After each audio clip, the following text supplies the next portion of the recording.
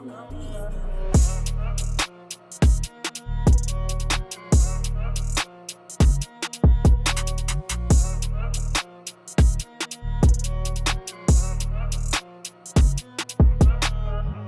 is up, you guys? Welcome back to another video. Thanks for tuning in. Tonight we are playing 2-5. There's 2 tables running. I've personally invited everyone to come out. Basically a home game, but it's at the charity games. I'm in for $1,500, but it's uncapped, so I could match some stacks later on in the video.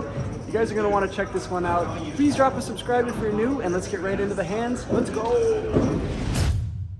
Man, that intro just gave me a boner. Pause. Did I just say that? Scrap that. Let's get into the first hand. First hand, we look down at King 6 of hearts from the button. Early position opens it to 15, 2 calls. It's my game. I'm not folding the button here. I put in the call, leading us to a flop, which comes Jack 8-8 with 2 hearts. Middle position bets out for $25. The board is paired, but even though it's a little bit sketch to draw to a flush when the board is paired, I'm still going to put in the $25 and proceed cautiously on a few turn cards, the 6 of diamonds being one of them.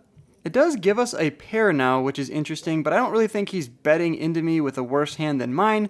So when he checks it over to me, I decide to check behind, bringing in the river card, which comes a much needed heart. It's the 5 of hearts. Bang! We river the flush. The opponent now decides to bet out for $75 into the $120 pot. At this point, he either has a weak jack and is going for thin value. I think an 8 would have bet the turn, so I'm putting him on some sort of jack or pocket pair. For that reason, I have to raise it up. Even though the board is paired, I'm going to make it $225. After a little bit of thinking, the opponent decides to relinquish his hand. Not great news to me, but what is good news is scooping down that first pot of the night, $400 coming my way. After raising pre a few times and folding out a bunch of flops, I look down with $1,300 in my stack at ace-jack offsuit from the hijack. I open it up to $20, and Ryan on my left, Mr. McGee as his friends call him, puts in the call. The middle position limper calls as well, and we are going off to a flop 3 ways. The flop comes Queen 6-4 with 2 hearts. I do in fact have the ace of hearts in my hand, but because I'm out of position to Ryan, he has position advantage on me, I decide to check it over to him, and he decides to bet out now for $30. The other player in the hand gets out of the way, the action's on me. Now ace-jack off here isn't exactly the best hand, and you could be folding this a small portion of the time, but also you gotta be putting in the call. I have the ace of hearts, I could back into a flush, I can also back into a straight or make top pair with any ace on the turn or the river. So for that reason, I decided to put in the $30 and we're off to the turn, which gives me a little bit more outs. It comes the king of spades. I now pick up the gutter to Broadway and I check it over to Ryan for a second time. This time though, his action is a little bit different. Instead of going for a third or half the size of the pot, he decides to check behind. Now what this means is he either has a flush draw, a weak pair, maybe a weak queen and doesn't want to get blown off his hand. So when he checks behind and we see a king of clubs on the river, it's actually an interesting card that I could consider betting and bluffing on. The only downside to bluffing here is because the board is paired with 2 kings, it makes it a little bit less likely that I do in fact have a king in my hand. At the same time though, if I was calling here with like king 10 of hearts, or maybe king 10 off with a king of hearts, I would also go for a bet on this river and I would lead here. So I decided to put ace-jack off into my bluffing range and fire out for $80. Now Ryan goes into the tank. He doesn't love this spot, which probably means he doesn't even have a mediocre queen. I'm putting him now at anything between jacks and 7s. Obviously 6s and 4s would have snapped me off by now. So eventually when he does find a call, that's going to be no good for me. I turn over my ace high. I really want to see what he has here, and he made an absolutely amazing call with pocket 8s. The board pairing king was a double-edged sword for me. I took it up as a bluff, and Ryan, aka Mr. McGee, is making that $300 pot rain into his stack. We're getting outplayed at this table, but I got some retribution. I'm coming for blood. I look down at ace-jack off from the low jack and raise it up to $20. One player puts in the blind call. Yes, blind calls here in Chicago. Book your one-way flight. We're heads up to a flop, which comes ace-5 deuce with 2 diamonds, and the blind player checks it over to me. When he checks it over to me, I decide to bet out for $30. It's around 2/3 the size of the pot. He hasn't looked at his hand yet, so I think 2/3 is a good size bet. And he puts in the call, leading us to a turn, which comes the queen of spades, to which he says check one more time. Not going to slow down. There's a lot of draws out there, even though he has not looked at his hand yet. I decided to bet out for $69, a little bit of a troll bet. You guys can deduce why. And he puts in the call once again. After he puts in the call, we see an ace of clubs on the river. Bang! We river 3 of a kind. I think it's a little bit of overkill though, but at the same time, it might kind of make me look like I'm bluffing because there's 2 aces on the board. There's only 2 left in the deck, making it a little bit harder for me to have one. There's $240 in the middle, and he checks it over to me for a 3rd time. And I'm going to go for a chunky bet here of $140. To which the opponent waves the white flag. Unfortunately, he could not call with any of his random hands that are in his range there. But still, feels pretty good to take down the $240 pot. Alright, this is a fun hand here. I looked down at ace-king offsuit from the button. Early position opens it up to $20, and there's 1 call over to Jason. Now, Jason's a pretty good player. He plays the 5, 10, 20 at Rivers Casino here in Chicago. I don't know why I invited him to the game. Maybe it's his personality. It's definitely not because he's a fish, but he decides to put in the raise to $100. Now, after Jason puts in the raise to $100, I'm obviously coming in for a 4-bet. His 3-bet range is going to be pretty snug, but at the same time, he's going to have a lot of hands worse than ace-king offsuit. So when I decide to put in the 4-bet, I don't need to go too large, and I decide to make it $240. The action folds all the way back around to Jason, and he decides to say those 2 words I didn't really want to hear, all in. After counting out his stack, it's around $1,250 effective, and the action's back over to me. Now, I'm interested to hear what you guys would do in this spot. It's an additional $1,000 for me to put in the call, but at the same time, a 5-bet jam is pretty strong. At this point, I feel like I'm either flipping against queens or jacks, or he has me completely crushed with aces or kings. There is a small chance he's doing this with ace-king suited and offsuit, but I think the hands that have me beat far outweigh the ones that I have beat. So in the end, I decide to fold my cards. He quickly ends up flashing ace-king, so provided no nasty run out there like Carry Cats in that $1 million 1-drop, aces versus aces type hand, we would have chopped that pot. And kind of a needle there. I'm a little bit on tilt after seeing him show me ace-king. But no worries though, if he would have showed me aces there, it would have been a disaster. Either way, we're going to regroup and play this next hand where we look down at queen 10 of diamonds from the hijack. Jason makes it $15, so of course I haven't forgotten that last hand. I decide to re-raise him and 3-bet him to $45. The small blind player goes by Mung. She's quickly becoming a legend in Chicago poker and on this vlog. She decides to call out of the small blind, and Jason puts in the call as well, leading us off to a flop which comes king queen 3 with 2 diamonds.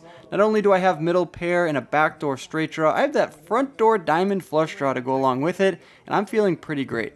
The action checks over to me, and I bet out for $65. I think that's a good price. I'm betting my pair plus flush draw, and I don't think I need to go too large into 2 opponents. So when I decide to bet out for $65 and both players fold, kind of a bummer there. I kind of wish they would have put in the call, but either way, taking down a pot with second pair feels pretty good. But look at that turn card. They run it out. It comes the ace of diamonds. I would have had a gutter to the royal flush. Scratch that. It does not come. The ace of hearts peels off on the river. Still taking down that $150 pot.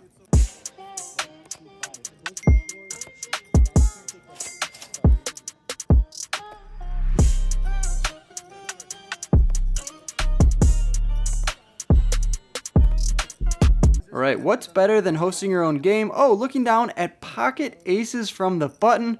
Early position raises it up to 20. My buddy Jake on my right puts in the call, and of course I need to come in for the 3-bet, and I make it $75 to go. Only the early position player puts in the call. Jake makes the fold. Not sure why he drove 45 minutes to fold in my raise, but that's neither here nor there. We look down at a flop which comes queen jack 3 with 2 spades.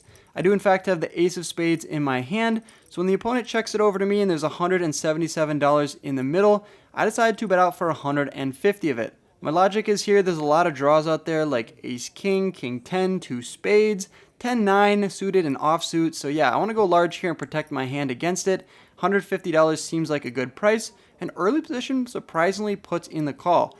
I shouldn't say surprisingly though, because there's a lot of hands he can call with here. But when I size up, he's got to narrow his range down to a lot of good hands. So when the turn card comes the 9 of spades, it's got to be one of the worst cards in the deck. A lot of the hands that I just mentioned now get there on the turn. And when he checks it over to me, I decide to exercise some pot control and check behind and not want to get blown off my hand. At the same time, I have the ace of spades, so checking behind isn't a terrible play. If another spade comes, I can put in a raise on the river. If he checks to me, I could also go for a bet. So I like my options here and my chances to win this hand. The river card peels off the 9 of diamonds, which is an interesting card. It doesn't come a spade, which we would have loved to see, but at the same time, we now beat hands like queen jack. Obviously, we have aces and nines, which is a better two pair. And he checks it over to me for a third time, and now we need to go for some value. $477 in the middle, and I decide on a sizing of 235, just around half the size of the pot. I think this is going to get me called by a lot of hands like king queen, ace queen, maybe even a hand like ace jack that just doesn't believe me at all. But I'm not going to know what he has because he puts in the call, I show my cards, he mucks. Easy game, right, Wesley? All right, Mung, you got to announce it again. What are we doing? So we're doing the stand-up game, $10 stand-up game, and whoever sit down the last will pay everybody $10. And if you win a hand, I gotta show the hand, and then you can. So you're gonna pay me $10? Is what you're saying? No. We're playing the stand-up game. Ryan is a fan favorite here on the TikTok, and I told them to put some eggplants in the chat for Ryan, and they went nuts. They went nuts for Ryan because they love him. Then Mung was telling us that what's going on with the Chinese eggplant, Mung? Skinnier and longer. Longer and skinnier. Less girthy. Less purple. Less purple or skinny.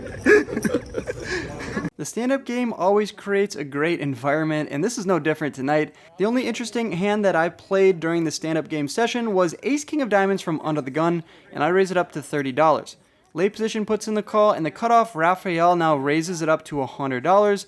When the action comes back around to me, I'm going to put in a 4-bet. I would do this either way, even if the stand-up game wasn't on. My logic is I have a great hand. The only difference is because the stand-up game is on, if I go for a 4-bet here and get him to fold, I can immediately sit down and I'm not at risk for paying out the table $10 each. So I decided to put in the 4-bet for $300, and I'm not sure if because we're playing the game or not, but he decides to put in the call for $300. So wow, we are off to a flop with $600 in the middle. Let's hope for some magic. Magic we do not get. The flop comes Queen 9-7 Rainbow. Interesting board. I don't have any really backdoor draws except for the backdoor straight draw. There's no diamond out there, which would kind of be helpful in this spot. But I decide to bet out for $200 into the $600 pot. I probably can get a lot of folds from like hands like 10s, 8s, jacks. Obviously no queens are going to fold to me here, but the $200 bet gets the job done. He folds.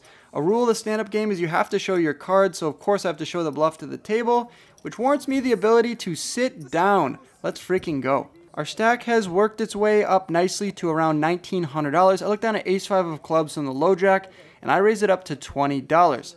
Jason has proceeded to move seats to my left. I wonder why he did that. Remember, he's the 5, 10, 20 player at Rivers Casino, and now he's suddenly on my left. So when I make it $20 and he coincidentally re-raises me to $60, I kind of get the picture why he decided to move seats. He's going to start 3-betting me in position a lot now, so I'm not going to tolerate that. Because I think he's doing it wide, I also have to 4-bet him wide, and ace-5 suited is a great candidate to do so. Just to make sure that you guys fully believe me, let's pull up GTO Wizard, which is the software I'm using to get better at poker. And you can see here that after getting 3-bet by the hijack, comes back around to me in the low jack. I'm supposed to be putting in a 4-bet with ace-5 of clubs around 45% of the time. So yeah, that is the most popular response facing a 3-bet from out of position. So let's do it. I put in the 4-bet and I decided to make it $180. By the way, if you guys like that software, there is a free trial and link down below to get 10% off your first month subscription, which I highly recommend. So yeah, some freebies from Wolfgang Poker in the resources section in the description below. Now back to your regular scheduled programming. When I decide to make it $180, Jason decides to put in the call. The logic for putting in a call is he probably has a decent hand, 1. For 2, he's also going to go in position the rest of the way. And yeah, the flop comes 8-7-5 with 2 spades. Interesting board here because I'm going to have a lot of overpairs, but at the same time, I'm going to have a lot of hands that whiff, like ace-king, ace-queen. Even ace-5 here has bottom pair, but it's not exactly the best hand. After plugging in the flop, we can see that our action here with ace-5 suited is a mix between betting and checking, but it likes checking around 46% of the time. So that's actually what I decided to do in the moment. I check it over to Jason, and he now bets out for $125. After he bets around a third of the pot, if we pull back up GTO Wizard, you can see that I'm supposed to be calling around 92% of the time, which is what I decided to do in the moment. So it's pretty good to check yourself here after the fact and make sure you're doing the right plays, and I did in the moment. So I put in the call. That's leading us off to the turn, which comes the jack of clubs. I obviously check it over to Jason in flow, and now he decides to bet out for $300. $300 into the $617 pot is around half pot. So when we plug that back into the solver, you can see that I'm supposed to be calling around 60% of the time and folding around 40%. In this moment, I elect to put in the fold. I think he's just going to have a lot of stronger hands than me here, and I don't want to give away all my profits and ruin this video in one hand. So I decided to take the 40% route and fold my cards. I later begged him to let me know what he had, and he said he had ace-3 of spades. So yeah, even though he was re-raising me and calling light, he actually made a great hand on the flop, and I don't blame him going for a bet on the flop and turn, getting me to fold what was the best hand. Alright, I'm back down to starting stack after that last hand. I looked down at my favorite hand, pocket sevens from late position, and middle position, Paul opens it up to 20 bucks. I'm going to come in for the 3-bet and make it 60 bucks. He puts in the call, and we are going heads up in position to a flop. The flop comes king 8-8 with 2 hearts. Paul checks it over to me, and I decide to bet out small for around 40 bucks. I don't think I need to go too large here to rope him along with pocket 6s, pocket 5s. If he has a king or an 8, he's obviously not folding. He decides to put in the call, bringing in the 5 of clubs on the turn, and he doesn't check it over to me. He decides to donk into me for $100. And even though this is a strange play, I don't really know what to make of it, and I decide to fold. What may have been the best hand, it might not have been, but I guess we'll never know.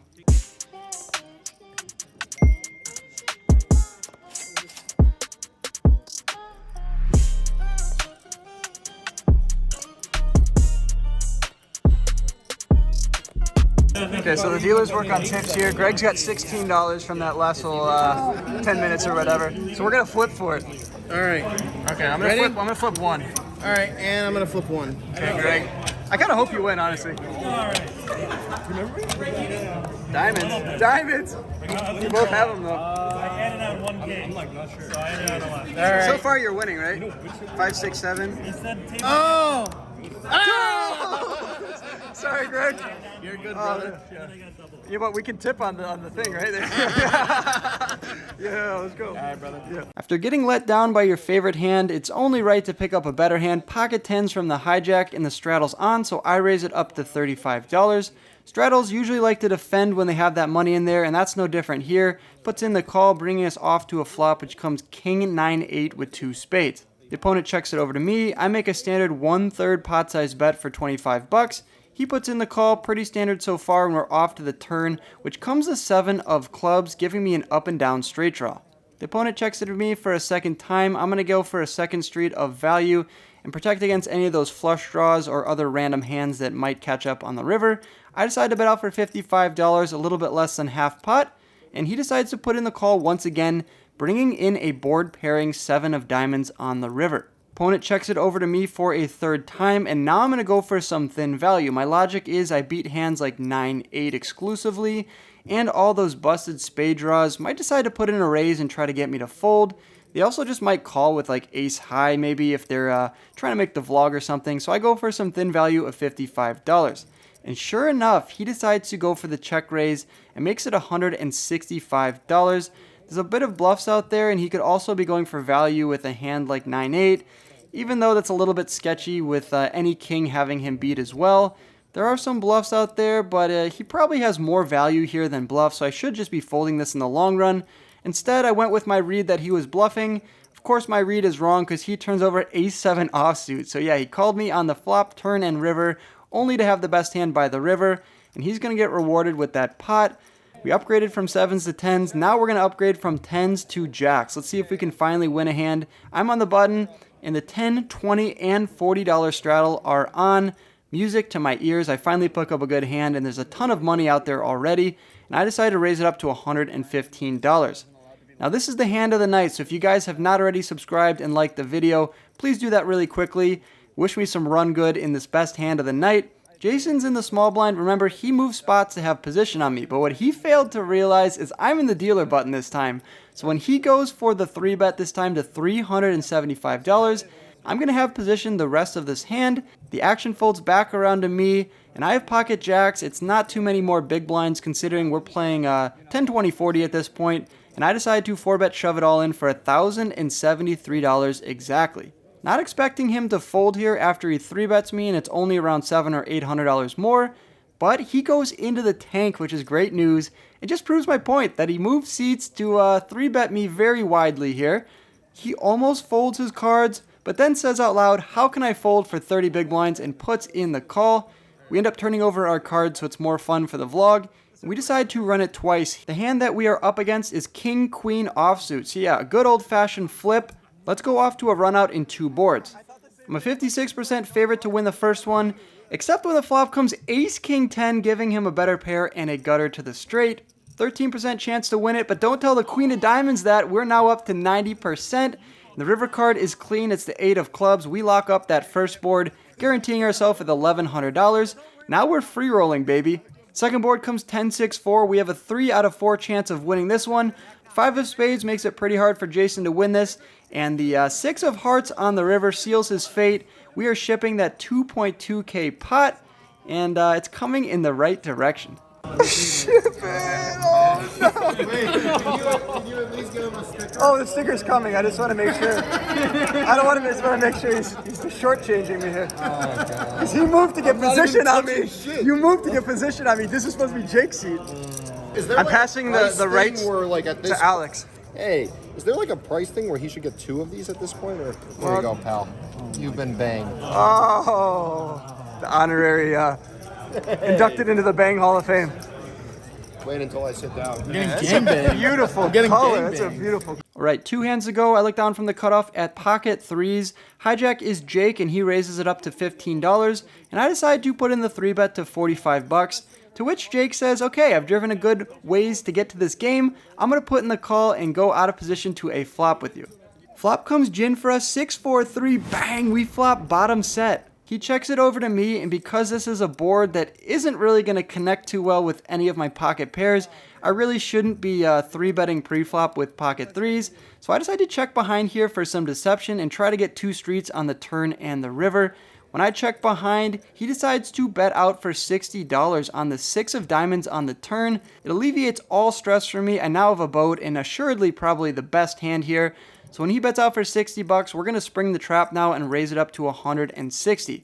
Even though I have a boat here and almost an absolute lock on this hand, I'm also going to be bluffing here with a lot of hands like Ace-10 suited, Ace-Jack suited, maybe Ace-King might go for a bluff here occasionally. When I raise it up to $160, I'm definitely weighted towards more value, but I'll have a few bluffs sprinkled in there as well, so we can't just be folding all the time. He decides to put in the call, bringing in the 5 of hearts on the river. He wisely checks it over to me now, and I decide to go for half pot of $190. Jake doesn't think about it for too long before putting in the call. I show the goods, he tables pocket queens, the ladies were no good to Jake. He'll have to hit the bars later to try his luck with the actual ladies. But as for now, we are scooping that $800 pot, and 2 big pots coming my direction to end this night. Let's move on to the last hand, see if we can go 3 for 3. Well, for half price this time. Look at the guy, he can negotiate well. But you get it crooked. You get a crooked for half price. Wait, don't expect quality. 2 for 2. 2 for 2. His quality is unmatched. Bang, bang. All right, pocket kings now to end the night. I'm in the +1 position and raise it up to $20. Mung in the hijack 3-bets me to $60. And Tom, the bathroom remodeler, if you ever need your bathroom done in Chicago, hit up Tom. He decides to put in the call. The action's back over to me, and I'm not going to go 3 ways with these 2 hooligans. And I decided to put in the 4-bet to $205. Mung didn't get a speeding ticket on her way here just to fold to my 4-bet, did she? No, she didn't. She puts in the call. That means we are going heads up, out of position to a flop, which comes 7-4-4. I'm going to down bet here and make it a third the size of the pot. 165 is the price of poker. Mung decides to let go of her hand. And that does in fact wrap up this session. I went 3 for 3 at the end. I rack up my chips and head over to the cage, exchanging them for a ton of cold, hard cash. All right, you guys, that wraps up that super fun, super swingy 2-5 session. Got in for $1,500, out for $2,515, profit of $1,015, so not a bad hourly there. We're not complaining one bit. Shout out to everyone who came out. We had 2 tables. I literally started texting people this morning. Guess that's the power of YouTube. Really appreciate all you guys' support. If you guys are new and made it this far and are not subscribed, what are you doing? Hit that subscribe button. Leave a comment down below. And good luck on the felt as always, you guys. I'll catch you in the next video. Peace. Thanks for watching to the end of my video. Click my head below to subscribe and stay in the loop. See you next time.